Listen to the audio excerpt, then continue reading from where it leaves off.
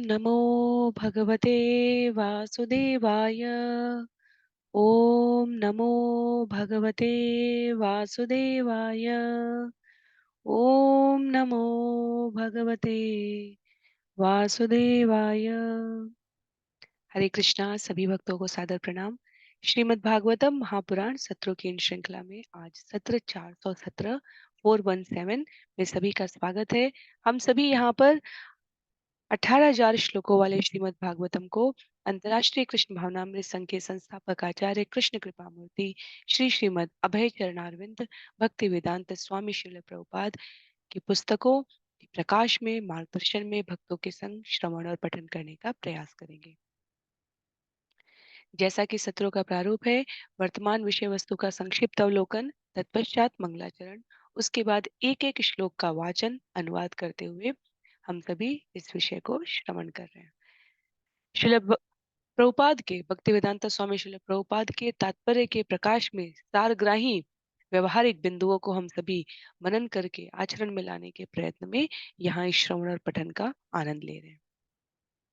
वर्तमान विषय वस्तु के संदर्भ में हम सभी स्कंद 8 अध्याय 15 आज के सत्र में आरंभ करेंगे, जिसका नाम है बलि महाराज द्वारा स्वर्गलोक पर विजय।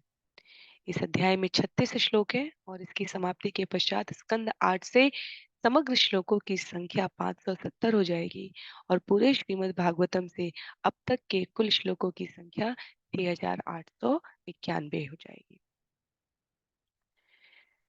यदि हम सभी को स्मरण हो तो बिल्कुल आरंभ में जहां हमने स्कंद 8 के अध्यायों के वर्गीकरण को श्रवण किया था, वहां पर प्रथम 12 अध्याय, अगर मोटे मोटे रूप में कहें तो प्रथम 14 अध्याय विभिन्न मनवंतरों के बारे में थे, जिसमें बीच में हमने गजेंद्र मोक्ष की कथा, समुद्र मंथन की कथा, भगवान की गतिविधियों के रूप में श्रवण की थी। तो प्रथम 4 अध्याय, प्रथम 4 मनवंतर, 5 से 12 पांचवें और छठे मनवंतर के बारे में थे। 13 और 14 हमने जो श्रवण किए पिछले सत्र में, वो वर्तमान और भविष्य के मनवंतर के बारे में थे। और अब अध्याय 15 से 23 तक का जो विषय है वो बलि महाराज और वामन देव के मध्य का आरंभ होने जा रहा है। तो 9 अध्यायों में अगले हम इस रोचक कथा के सर्वांगीण पहलुओं को समझने का प्रयत्न करेंगे। आरंभ करते हैं मंगलाचरण से और उसके बाद एक एक श्लोक का वाचन और अनुवाद। नारायणं नमस्कृत्य नरं चैव नरोत्तमं देवीं सरस्वतीं व्यासं ततो जयम् उदीरयेत्। शृण्वतां स्वकथा कृष्ण पुण्यश्रवणकीर्तन यद्यन्तस्तो यभद्राणि विधुनोति सुयत्स्यतां। नष्टप्रायेषु भद्रेषु नित्यं भागवत सेवया भगवत्युत्तमश्लोके भक्तिर्भवति नैष्ठिकी। ॐ अज्ञानतिमिरान्धस्य ज्ञानाञ्जनशलाकया चक्षुन्मीलितं येन तस्मै श्रीगुरुवे नमः। मूकं करोति वाचालं पङ्गुं लङ्घयते गिरिं यत्कृपातमहं वन्दे परमानन्दमाधवम्। वाञ्छाकल्पतरुभ्यश्च कृपा सिन्धुभ्य एव च पतितानां पावनेभ्यो वैष्णवेभ्यो नमो नमः। जय श्री कृष्ण चैतन्य प्रभो नित्यानंद श्री अद्वैत गदाधर श्रीवासादि गौर भक्तवृंद। हरे कृष्णा कृष्ण कृष्ण हरे हरे, हरे राम राम राम हरे हरे। हरे कृष्णा कृष्ण कृष्ण हरे हरे, हरे राम राम राम हरे हरे। हरे कृष्णा कृष्ण कृष्ण हरे हरे, हरे राम राम राम हरे हरे। हरे कृष्णा। सभी भक्तों को पुनः सादर प्रणाम। सत्र 417 417 में हम सभी श्रीमद् भागवतम के स्कंद 8 के अध्याय 15 या महाराज बलि द्वारा स्वर्ग लोक पर पुनः विषय प्राप्त की जाएगी, उसको श्रवण करेंगे। जिनके पास पुस्तक है, मेरा अनुरोध है आप पुस्तकों का प्रयोग करें। अन्य सभी की सुविधा के लिए मैं यहाँ स्क्रीन पर श्लोक भी दिखाने का प्रयास करूंगी। स्कंदाठ अध्याय 15 श्लोक संख्या 1 और 2। श्रीराजोवाच बले पदत्रयं भूमि कस्माद्धरि अयाचत भूतेश्वर कृपण्वत् लब्ध अर्थ अपि बबन्धतम् एतद्वेदितुमिच्छाम महत्कौतूहलं हि नः याञ्चा ईश्वरस्य पूर्णस्य बन्धनं चाप्यनागस। महाराज परीक्षित ने पूछा, भगवान सबके स्वामी हैं, तो फिर उन्होंने निर्धन व्यक्ति की भांति बलि महाराज से 3 पग भूमि क्यों मांगी? और जब उन्हें मुंह मांगा दान मिल गया, तो फिर उन्होंने बलि महाराज को बंदी क्यों बनाया?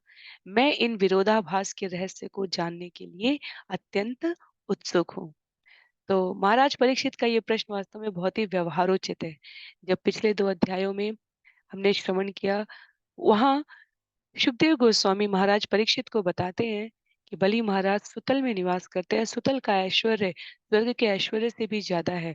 भगवान वहां उन्हें बंदी बनाकर लेकर गए थे। भगवान ने उनसे 3 पग भूमि का दान किया था। एक श्लोक में सुखदेव गोस्वामी ने ये कथा विस्तारित कर दी थी।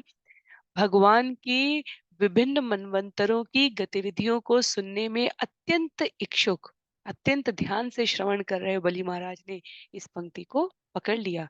ऐसी क्या परिस्थिति होती है कि भगवान को भूमि मांगनी पड़ी, और भूमि मांगी और बलि महाराज ने प्रदान कर दी, तो फिर उन्हें बंदी क्यों बनाया? तो वास्तव में ये विरोधाभासी भासी पंक्तियां हैं।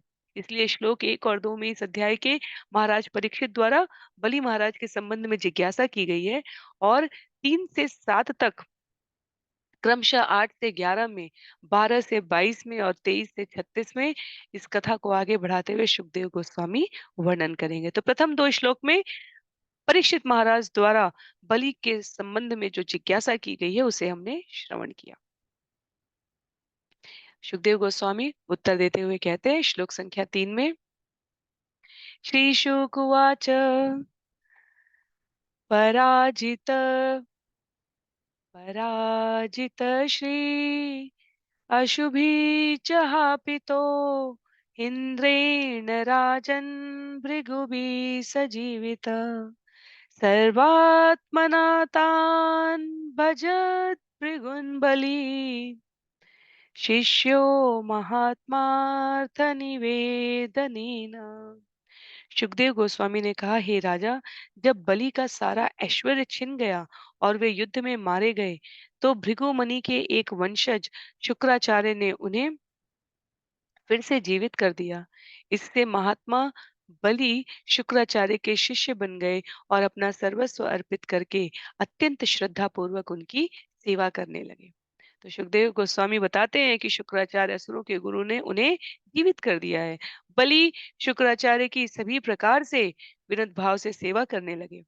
तं ब्राह्मणा भगव तं ब्राह्मणा भृगवप्रीयमाणा अयाजयन् विश्वजितात्रिनाकम् जिगीषमाणं विधिनाभिषिच्य महाभिषेकेण महानुभावा।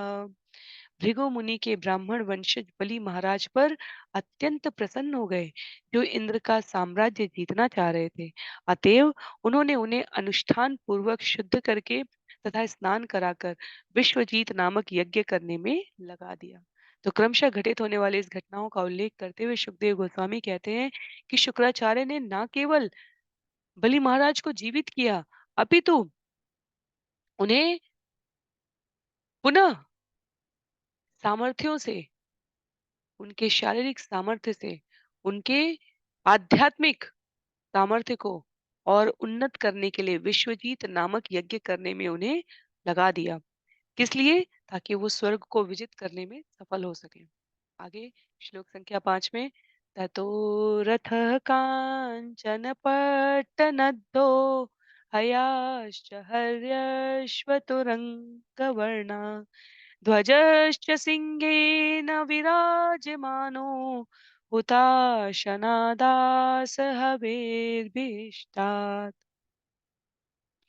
जब यज्ञ अग्नि में घी की आहुति दी गई, तो अग्नि से स्वर्ण तथा रेशम से आच्छादित एक दैवीय रथ प्रकट हुआ। साथ ही इंद्र के घोड़ों जैसे पीले घोड़े तथा सिंह चिन्ह से अंकित एक ध्वजा प्रकट हुआ।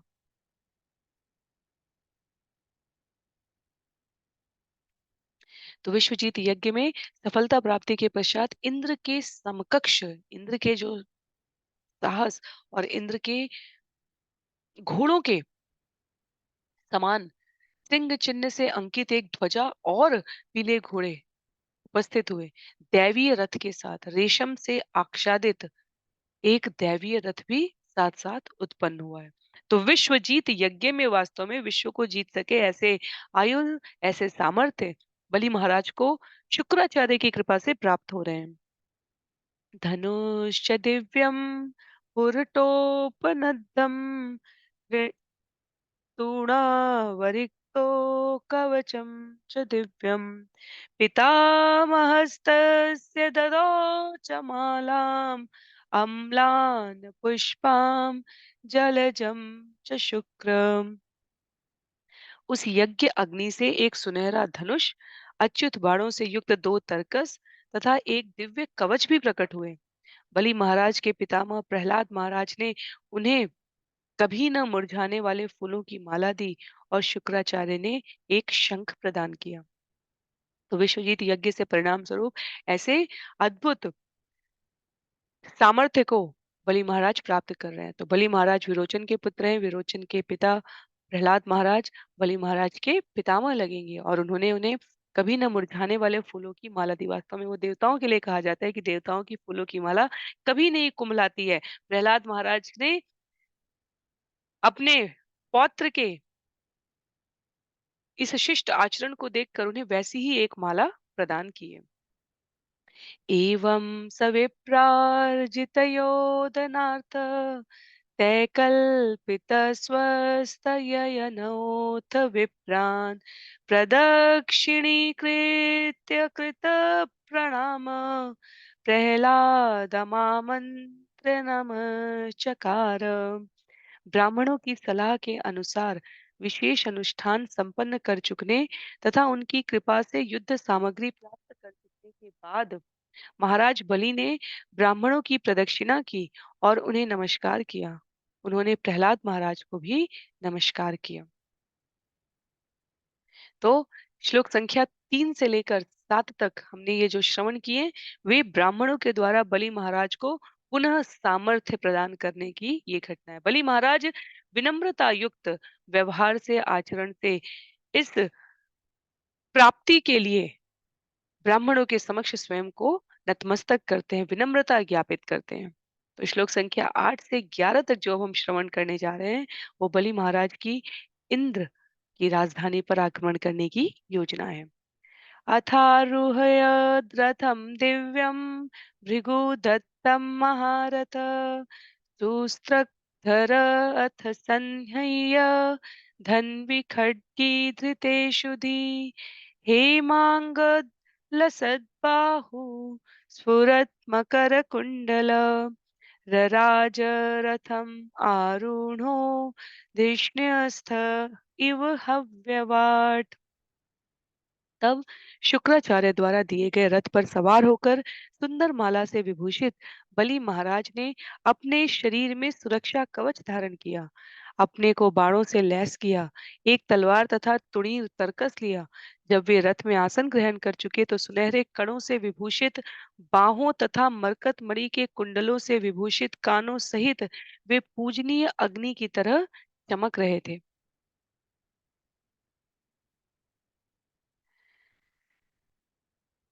तुल्यैश्वर्यबलश्रीभिः स्वयूथे दैत्ययूथपे पिबद्भिः इव खमदृग्भिः दहद्भिः परिधीनिव वृतो विकर्षन् महतीम् आसुरीं ध्वजिनीं विभु यया इन्द्रपुरीं स्वधाम कंपयन इव रोदसी। जब वे अपने सैनिकों तथा असुर नायकों समेत एकत्र हुए, जो बल ऐश्वर्य एवं सुंदरता में उन्हीं के समान लग रहे थे, तो ऐसा लग रहा था मानो वे आकाश को निगल जाएंगे और अपनी दृष्टि से सारी दिशाओं को जला देंगे।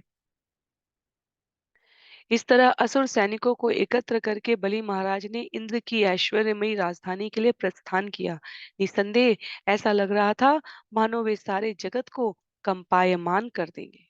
तो पूरी तैयारी है यहाँ पर बलि की। श्लोक संख्या 8 से लेकर 11 तक बलि महाराज द्वारा इंद्र की राजधानी पर आक्रमण की जो योजना है, उसे हमने श्रवण किया।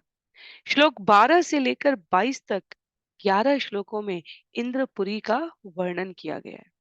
क्या कहा है? रम्याम् उपवनोद्याने श्रीमद्भिनन्दनादिभिः कूजद्विहङ्गमिथुने गायत्मत्तमधुव्रते प्रवालफलपुष्पोरु भारशाखा अमरद्रुमे। राजा इंद्र की पुरी सुहावने बाग बगीचों से यथा नंदन बाग से परिपूर्ण थी। फूलों, पत्तियों तथा फलों के भार से उनके शाश्वत वृक्षों की शाखाएं नीचे झुकी हुई थी। इन उद्यानों में चहकते पक्षियों के जोड़े तथा गाती मधुमक्खियां आती जाती थी। वहां का सारा वायुमंडल अत्यंत दिव्य था।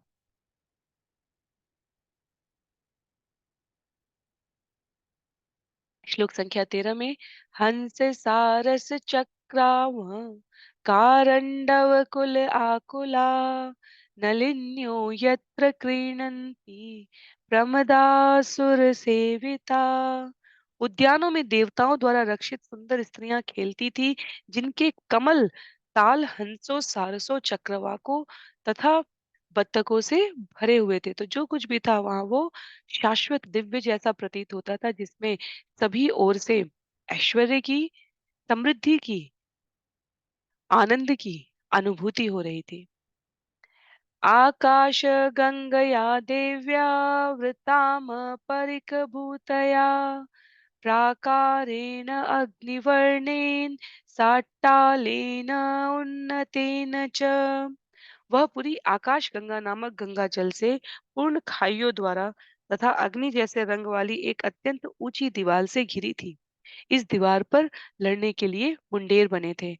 तो इंद्र की राजधानी का उल्लेख करते हुए कहा जाता है कि भीतर से तो सुंदर ताल तरंग कमल नाल कूंजित पक्षी चहक रहे थे, पर भीतर बाहर से उसे अग्नि जैसे रंग वाली एक अत्यंत ऊंची दीवार से घिरा हुआ पाया गया।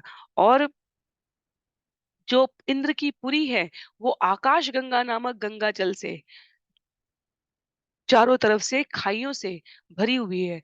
और दीवार की जो मुंडेर है उस पर लड़ने के लिए स्थान है। अर्थात वर्णन किया जा रहा है कि पूरी सुरक्षित है, इंद्र की राजधानी सुरक्षित व्यवस्था के अनुसार बनाई गई है। रुक्म पट्टक पाटैश्च द्वारे स्फटिक गोपुरे जुष्टां विभक्त प्रपथाम विश्वकर्म विनिर्मिताम्। उसके दरवाजे ठोस सोने के पत्थरों से बने थे और फाटक उत्कृष्ट संगमरमर के थे। ये सभी विभिन्न जन मार्गों से जुड़े हुए थे। पूरी नगरी का निर्माण विश्वकर्मा ने किया था। सभा चत्वर रथ्य आढ्याम विमाने न्यर्बुधेयताम श्रृंग आटके मणिमये वज्र विद्रुम वेदी भी। यह नगरी आंगनों चौमार्गों सभा भवनों तथा कम से कम 10 करोड़ विमानों से पूर्ण थी। चौराहे मोती से बने थे और भी हीरे तथा मूंगे से बने थे।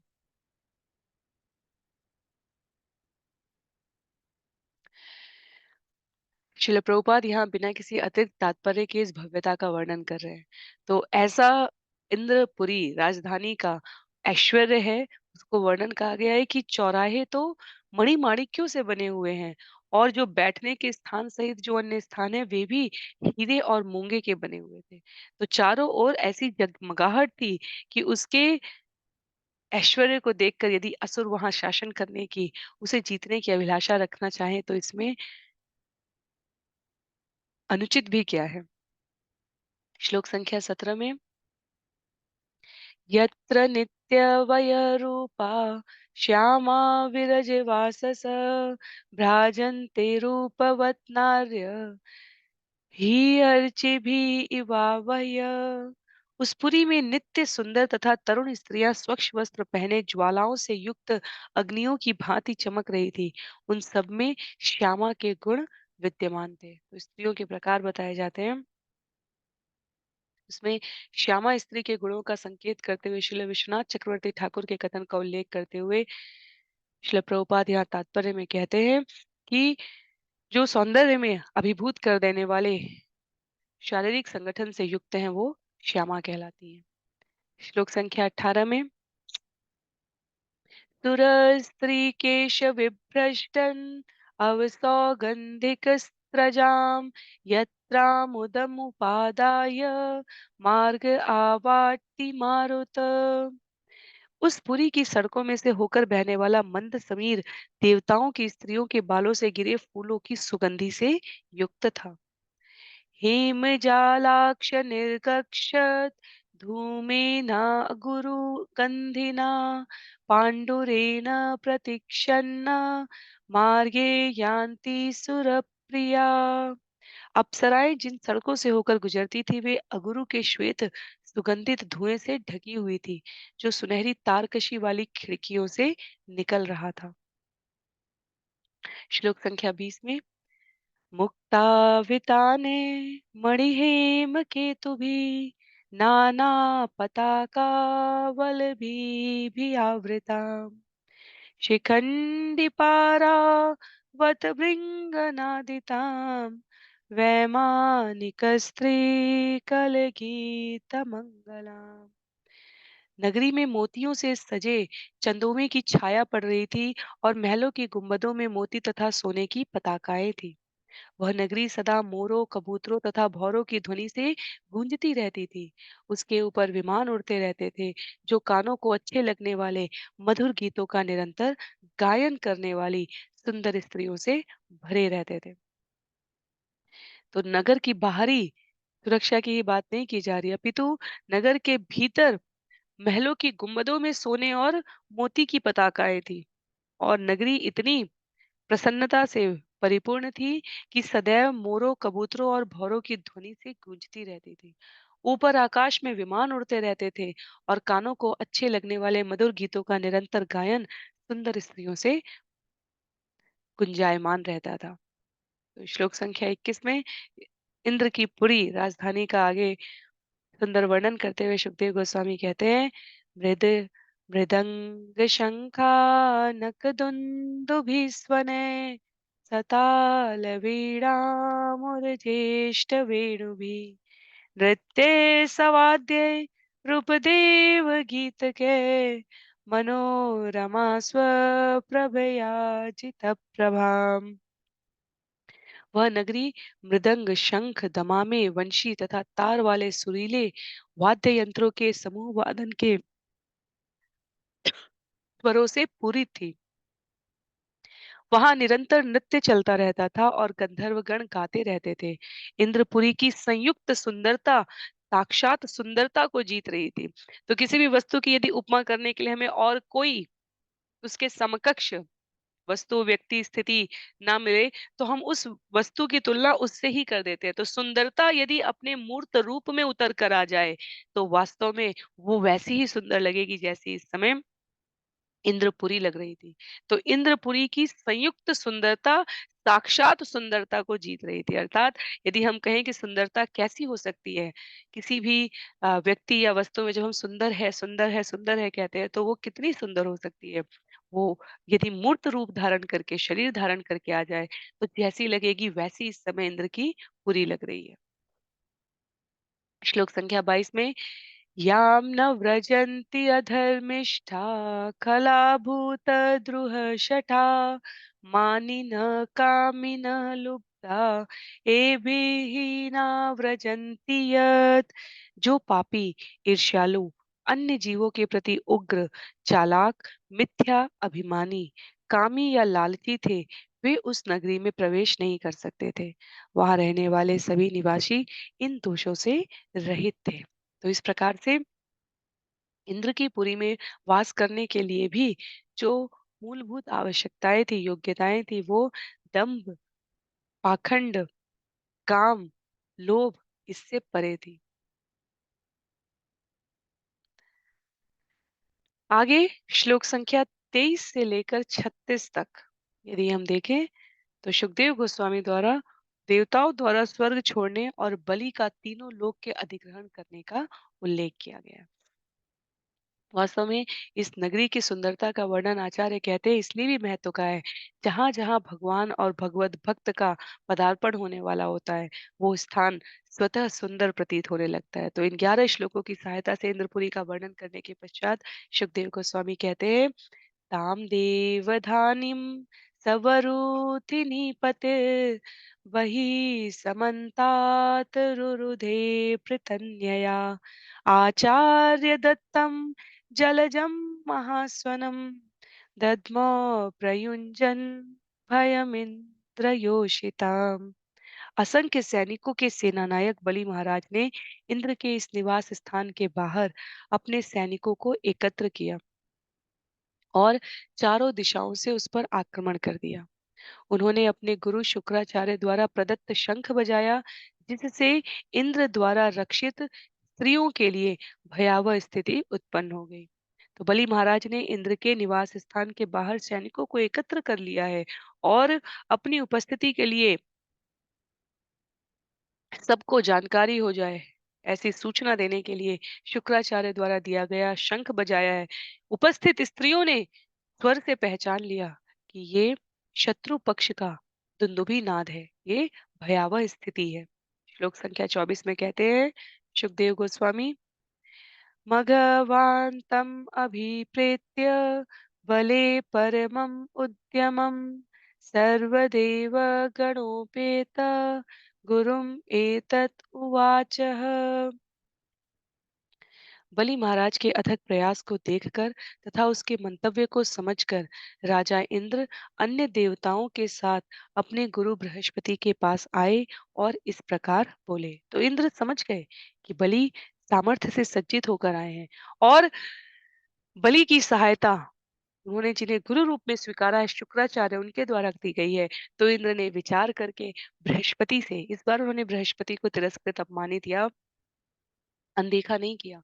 उन्होंने बृहस्पति से मार्ग पूछा है और बृहस्पति से मार्ग पूछने के क्रम में कहते हैं, भगवन उद्यमो भूयान बलेन पूर्ववैरिण अविश्यहम् इमं मन्ये केन आसीत् तेजसोर्जित। हे प्रभु, आपने हमारे पुराने शत्रु बलि क्षमा कीजिए। हे प्रभु, हमारे पुराने शत्रु बलि महाराज में अब नया उत्साह पैदा हो गया है और उसने ऐसी आश्चर्यजनक शक्ति प्राप्त कर ली है कि हमारा विचार है कि हम उसके तेज का शायद प्रतिरोध नहीं कर सकते। तो कहते हैं इंद्र यहाँ पर कि ऐसा प्रतीत होता है कि बलि पुनः नई ऊर्जा, नई शक्ति, नए साहस संचार के साथ उपस्थित हुए हैं और हम वर्तमान परिस्थितियों में यहाँ तक आकर यदि वो हमें चुनौती दे रहे हैं तो निश्चित रूप से ऐसा प्रतीत होता है कि हम उनका सामना करने का साहस अर्जित नहीं कर पाए, क्योंकि असुर क्या है, असुर हमेशा तैयारी करके आते हैं और दुष्टों को एकत्रित करके अपने जैसे विचार वाले दुष्टों को एकत्रित करके सज्जनों को प्रताड़ित करने, पीड़ित करने के लिए आ जाते हैं। तो कहते हैं श्लोक संख्या 26 में, महाराज इंद्र, नैनं कश्चित् कुतो वापि प्रतिव्योढुम् अधीश्वर पिबन् इव मुखेनेदं लिहन्निव दिशो दश दहन्निव दिशो दग्भिः संवर्तनाग्नि इवोत्थित। कोई कहीं भी बलि की इस सैन्य व्यवस्था का सामना नहीं कर सकता। अब ऐसा प्रतीत होता है जैसे बलि सारे विश्व को अपने मुंह से पी जाना चाह रहा हो, अपनी जीभ से दशों दिशाओं को चाट जाना चाह रहा हो और अपने नेत्रों से प्रत्येक दिशा में अग्निकांड करने का प्रयास कर रहा हो। निसंदेह वह संवर्तक नामक प्रलयंकारी अग्नि के समान उठ पड़ा है। संवर्तक वास्तव में देवताओं की ओर से प्रदत्त अग्निपुंज समूह के सामर्थ्य का नाम है। पर यहाँ पर इंद्र एक झलक दिखाने के लिए बता रहे हैं कि ऐसा लगता है कि ये जो सामर्थ्य बलि यहाँ एकत्र करके आए हैं, ये संवर्तक के समान तेजस्वी है। सभी दिशाओं में अपने आधिपत्य को स्थापित करने का आकांक्षी बलि किसी के द्वारा अब विदित नहीं लगता। श्लोक संख्या 27 में ब्रूहि कारणमेतस्य दुर्दशत्वस्य मद्रिपो ओजसहो बलं तेजो यत् एतत् समुद्यमम्। कृपया मुझे बताएं कि बलि महाराज की शक्ति, उद्यम, प्रभाव तथा विजय का क्या कारण है? वह इतना उत्साही कैसे हो गया है? वास्तव में इंद्र आश्चर्यचकित है, क्योंकि अभी-अभी तो निकट भूतकाल में ही समुद्र मंथन के पश्चात देवता अत्यंत पराक्रमी, बलशाली हुए थे। हतश्री असुरों के प्रमुख राजा बलि इतनी शीघ्रता से पुनः शक्ति संचार करके यहाँ हमें चुनौती देने के लिए, दशों दिशाओं को विजित करने के लिए इतने आक्रामक रूप से तैयार होकर कैसे आ गए, ये जानने की इच्छा थी। इसलिए इंद्र बृहस्पति से जिज्ञासा करते हैं। बृहस्पति उत्तर देते हुए श्लोक संख्या 28 से आरंभ कर रहे हैं। कहते हैं, श्री गुरु उवाच जानामि मघवन् शत्रो उन्नते अस्य कारणम् शिष्याय उपभृतं तेजो भृगुभिः ब्रह्मवादिभिः। देवताओं के गुरु बृहस्पति ने कहा, हे इंद्र, मैं वह कारण जानता हूँ जिससे तुम्हारा शत्रु इतना शक्तिशाली बन गया है। भृगु मुनि के ब्राह्मण वंशजों ने उनके शिष्य बलि महाराज से प्रसन्न होकर उन्हें ऐसी अद्वितीय शक्ति प्रदान की है। तो स्पष्ट करते हैं यहाँ पर बृहस्पति कि सामान्य रूप से यदि सोचा और देखा जाए तो बलि और उसकी सेना को ऐसी शक्ति नहीं मिलती थी, पर अपितु यहाँ पर भृगु मुनि के ब्राह्मण वंशज अर्थात बृहस्पति इंद्र को सूचित कर रहे हैं कि बलि महाराज का तेज उसका अपना तेज नहीं है, अपितु उसके पूज्य गुरु शुक्राचार्य का है। जब हम प्रतिदिन प्रार्थना करते हैं, श्रील प्रभुपाद यहाँ तात्पर्य में कहते हैं, यस्य प्रसादात् भगवत प्रसादो यस्य प्रसादान्न गति कुतोपि। तो जो ये स्तुति होती है, जो गुरुवाष्टकम हम करते हैं, उसका जो अंतिम छंद है ये, वहां पर विश्वनाथ चक्रवर्ती ठाकुर ने कहा है कि गुरु के प्रसन्न होने पर मनुष्य को अद्वितीय शक्ति, विशेषतया आध्यात्मिक उन्नति के लिए प्राप्त हो जाती है। गुरु के आशीष से ऐसी उन्नति करने वाले जो निजी प्रयास होते हैं, वो अधिक शक्तिशाली हो जाते हैं। अर्थात हम अपने निजी प्रयास से जितनी शक्ति अर्जित कर सकते हैं, उसकी कई गुना शक्ति यदि गुरु प्रसन्न है, तो गुरु के आशीष से प्राप्त हो जाती है। आध्यात्मिक उन्नति करने के लिए मनुष्य को विशेष रूप से चाहिए कि वो गुरु के प्रामाणिक आदेशों का पालन करे। वपु रूप से गुरु सदैव हमारे पास नहीं होते, पर वाणी रूप से गुरु सदैव होते हैं। गुरु की हम प्रत्यक्ष सेवा करें, ये बहुत अच्छी बात है, पर यदि गुरु प्रत्यक्ष उपस्थित नहीं है तो गुरु के वचनों में विश्वास करके उसका पालन करना, ये हमें गुरु का आशीष प्रदान करता है। तो श्रील प्रभुपाद कहते हैं, परंपरा पद्धति से मनुष्य को ईश्वर से प्राप्त होने वाली मूल आध्यात्मिक शक्ति स्वतः ही प्राप्त हो जाती है। जैसे भगवत गीता में भगवान श्री कृष्ण अर्जुन को अध्याय 4 में बता रहे हैं, एवं परंपरा प्राप्तम इमं राजर्षयो विदु। तो परंपरा प्राप्त में बलि ने भृगु के जो ब्राह्मण वंशज है उनको प्रसन्न किया है। आगे कहते हैं गुरु बृहस्पति, ओजस्विनं बलिं जेतुं न समर्थोऽस्ति कश्चन भवद्विदो भवान् वापि वर्जयित्वेश्वरं हरिं विजिष्यति न कोऽप्येनं ब्रह्म तेजसमेधितं नास्य शक्तः पुरः स्थातुं कृतान्तस्य यथा जना। न तो तुम, न ही तुम्हारे सैनिक परम शक्तिशाली बलि को जीत सकते हैं। निस्संदेह भगवान के अतिरिक्त कोई भी उसे जीत नहीं सकता, क्योंकि वह अब ब्रह्म तेज से युक्त है। जिस तरह यमराज के समक्ष कोई टिक नहीं पाता, उसी तरह बलि महाराज के सामने भी कोई नहीं टिक सकता है। तो ब्रह्म तेज से युक्त बलि यहाँ पर देवताओं से अधिक सामर्थ्य लेकर उपस्थित हैं, और इसलिए एक कुशल गुरु की भांति शत्रु पक्ष की योग्यता और सामर्थ्य से भली भांति इंद्र को परिचित कराते हुए बृहस्पति कहते हैं, अब भगवान के अतिरिक्त उन्हें कोई नहीं जीत सकता।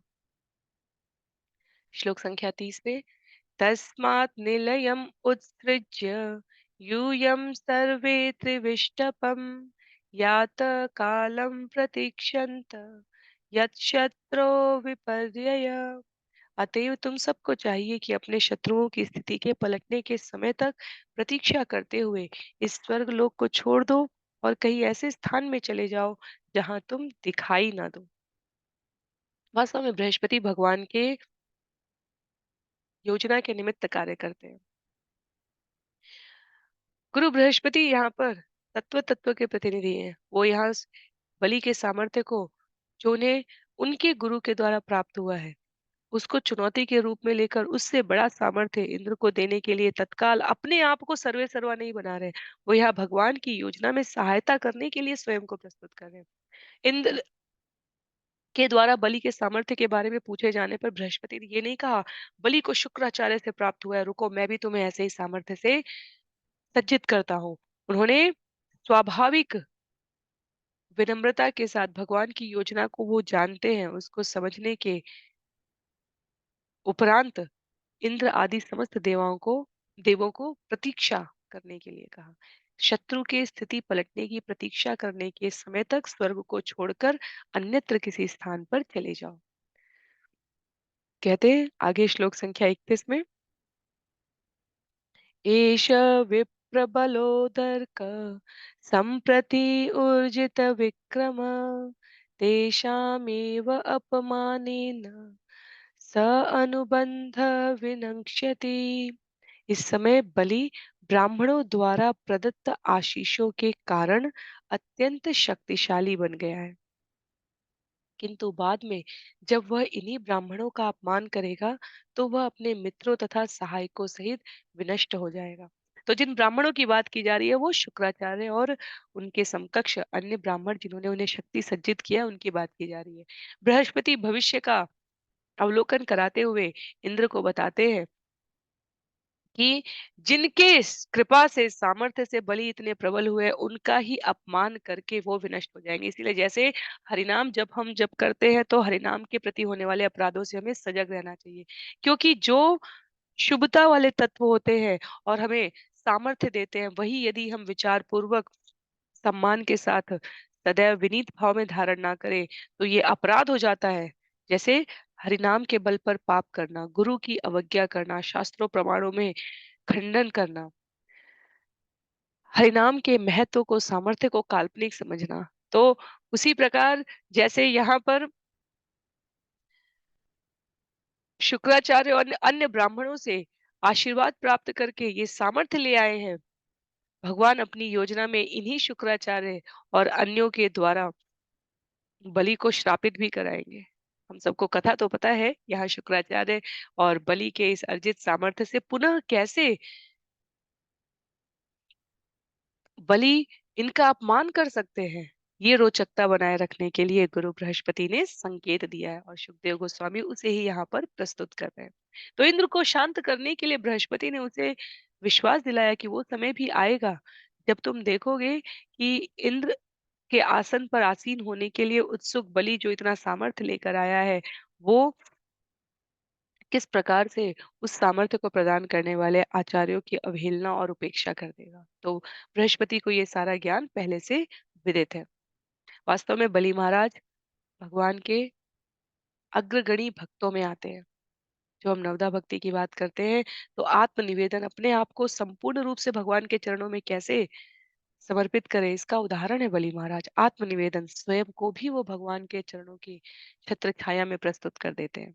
और ऐसे समय पर यदि गुरु का ऐसे गुरु का जो भगवान से हमें दूर करे, उसका अपमान भी करना पड़े, तो भक्त भौतिक जगत के सारे संकटों को मोल ले सकता है अपने भगवान को प्रसन्न करने के लिए, और बलि द्वारा वही किया जाएगा।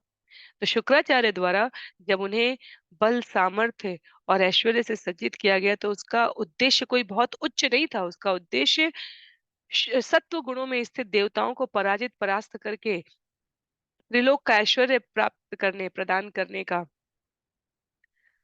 मंतव्य था। यदि बलि शुक्राचार्य के सामर्थ्य से इंद्रलोक, इंद्रपुरी पर शासन करेंगे, तो शुक्राचार्य भी उतनी ही प्रगति करेंगे। तो कहीं न कहीं इस उद्देश्य में स्वार्थ था। इसलिए बृहस्पति कहते हैं कि चिंता ना करो। जब बलि भगवत कृपा से अपने भक्त होने के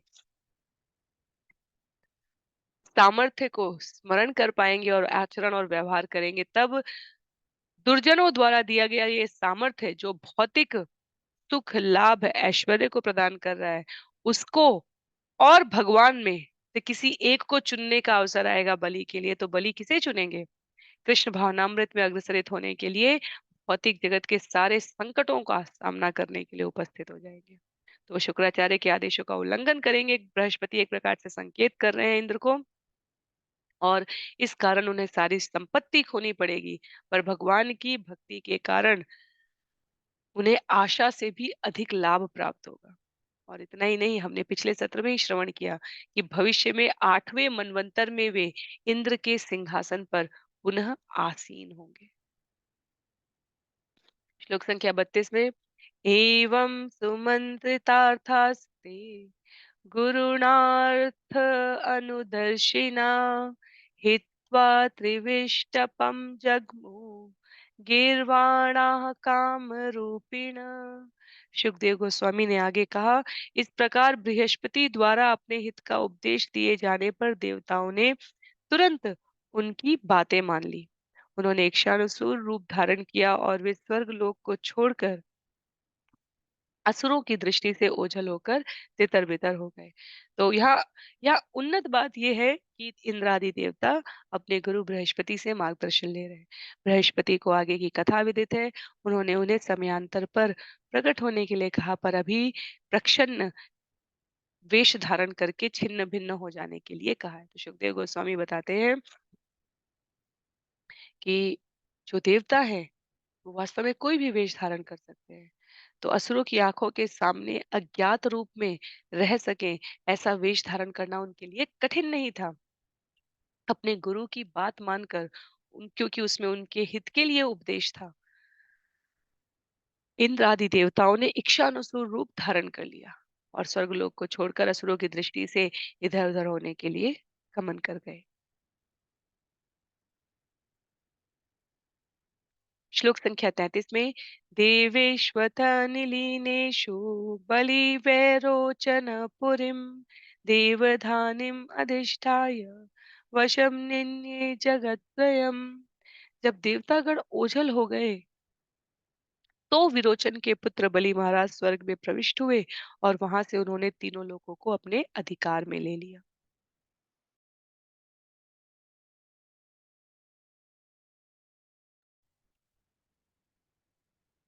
श्लोक संख्या 34 में, तं विश्वजैनं शिष्यं भृगवः शिष्यवत्सला शतेन हयमेधानाम् अनुव्रतम् अयाजयन्। भृगु के ब्राह्मण वंशजों ने अपने विश्व विजयी शिष्य से अत्यधिक प्रसन्न होकर उसे 100 अश्वमेध यज्ञ संपन्न करने में लगा दिया। 100 अश्वमेध यज्ञ संपन्न करने का परिणाम क्या है? आप इंद्र के पद पर आसीन होंगे। तो हमने पिछले सत्रों में भावी मनवंतरों के जो प्रमुख पदाधिकारी है उनमें श्रवण कर लिया है कि 8वें मनवंतर में बलि महाराज इंद्र के आसन को सुसज्जित करने वाले हैं। इससे पहले जब महाराज पृथु एवं इंद्र के बीच संघर्ष हुआ था, हमने देखा था किस प्रकार पृथु ने 100 अश्वमेध यज्ञ करने चाहे, इंद्र उसे रोक रहे थे, क्योंकि ऐसे यज्ञों के परिणाम स्वरूप जो फल प्राप्त होता है, उसी पुण्य और सामर्थ्य से कोई भी व्यक्तित्व इंद्र के पद को सुशोभित करता है। पर यहाँ पर भृगु के ब्राह्मण वंशज इस बात को सुनिश्चित करते हैं कि यद्यपि महाराज बलि आज अर्जित सामर्थ्य से इंद्र के पद पर आसीन है, पर वहां वो सदैव स्थिरता पूर्वक नहीं रह सकते।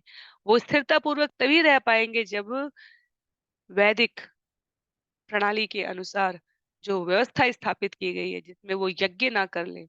इसलिए कम से कम इंद्र जितने अश्वमेध यज्ञ करने चाहिए, इसलिए भृगु के ब्राह्मण वंशजों ने बलि को वो सामर्थ्य प्रदान करने के लिए ऐसे यज्ञ संपन्न करने को प्रेरित किया है। तो श्लोक संख्या 35 में उल्लेख आता है,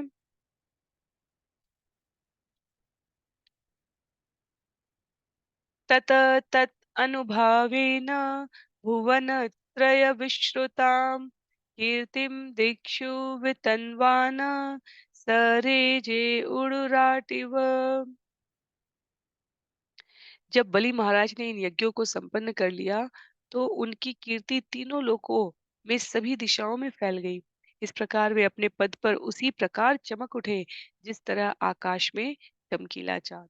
तो यहाँ निर्विघ्न संपन्न हुए यज्ञ ऐसा प्रतीत होता है, क्योंकि सारे दिशाओं में लोकों में बलि महाराज का ऐश्वर्य व्याप्त हो गया है।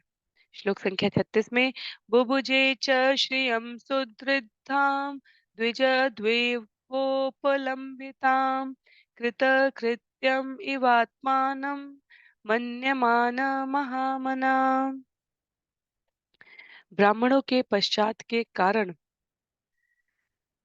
महाराज बलि अपने आप को परम संतुष्ट मानते हुए परम ऐश्वर्यवान तथा संपन्न बन गए और राज्य का भोग करने लगे।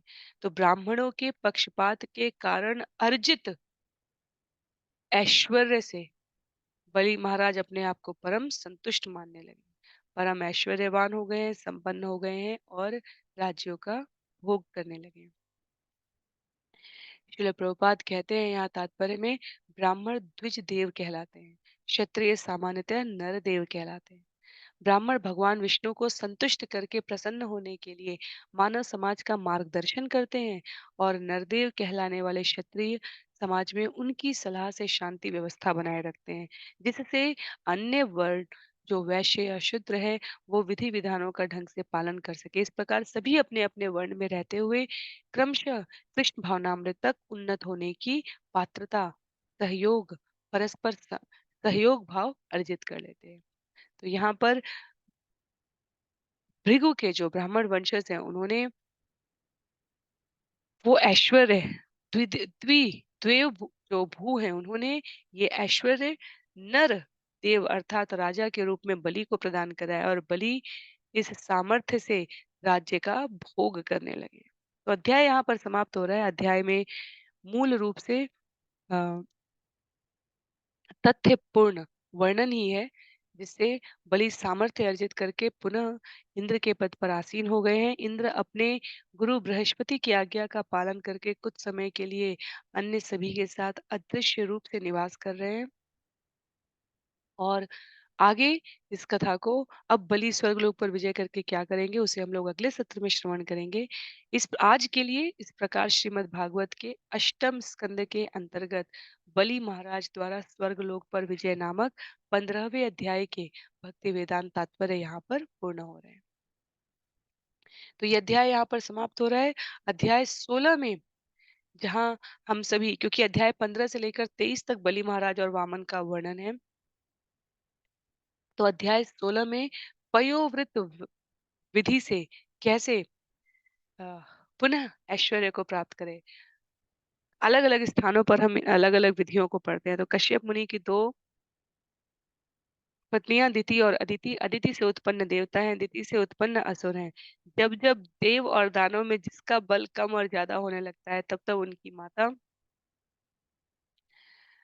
अपने पति से सलाह लेकर अपने पुत्रों के लिए या तो स्वयं करती है या उनका मार्गदर्शन करती है। तो अध्याय यहाँ पर समाप्त होगा। अगले अध्याय में हम लोग इस विषय को आगे श्रवण करने का प्रयत्न करेंगे। श्रील प्रभुपाद की जय, श्रील गुरुदेव की जय, अनंत कोटि वैष्णव वृंद की जय, श्रीमद् भागवत महापुराण की जय। हरे कृष्ण।